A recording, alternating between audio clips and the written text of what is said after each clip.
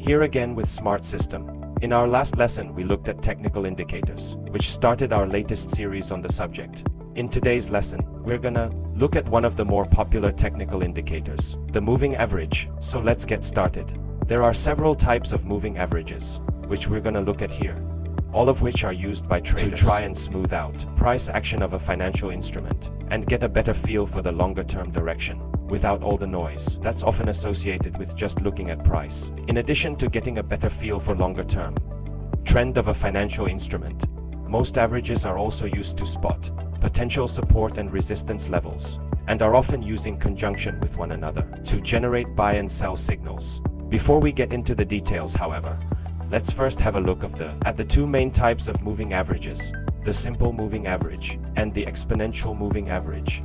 The simple moving average is the most basic type of moving average, and it's calculated by taking the past X number of points, averaging them, and then plotting the resulting line on a chart. The reason why it's called a moving average is because, as new data points become available, the average moves forward to incorporate the new data point and drops the last data point in the series. For example, if we're looking at a financial instrument here that has the following 10 days, let's look at a 10-day moving average.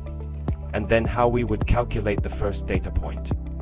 We would take the sum of day 1 through 10, divide that by 10, and then we would get 5.2 for the first data point. Using this as an example to get the second data point, the 10 days used would be day 2 through day 11.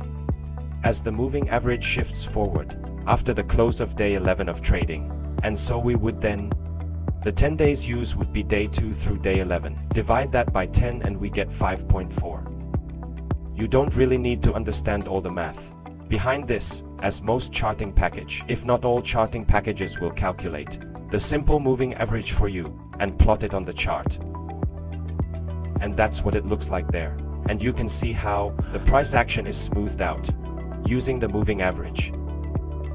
The exponential moving average was basically created to do away with some of the weaknesses that traders were citing with the simple moving average. Primarily, that the simple moving average gives the same weight to each data point in the series that you're using to calculate the data points of the central simple moving average. And basically the critics say there that the more recent data points of looking at 10-day moving average, day 9 and 10, should be given more weight because they're more relevant to future price action. So the exponential moving average, it was created and it gives more weight to the more recent data points, and therefore it reacts faster to a price movement. So here's the formula for the exponential moving average. I'm not gonna go into the details on this one because it's much more complicated, but basically you just need to understand that the simple moving average is gonna react slower than the exponential moving average because it's giving me same weight to the first data point in the series as it does to the last, where exponential moving averages give more weight to the last data point in the series than they are to the first. Here's an example of what an exponential moving average looks like on the chart. You can't really tell the difference there, but I've included both here. The black line, in this case, is the exponential moving average. The blue line is the simple moving average, and you can see here that the black exponential moving average line is reacting faster as the market turns down. There on the left, the black exponential moving average line turns down much quicker.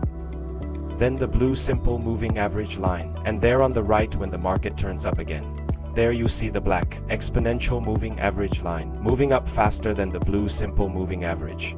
As far as which moving average traders use in their trading, it's gonna depend on the time frame of their trades. If the trader's looking to capture shorter term price moves, a lot of times he'll use the exponential moving average because it's gonna react faster. If he's looking to try to capture longer term price moves, he's gonna focus on the simple moving average because he is gonna generate less false trading signals.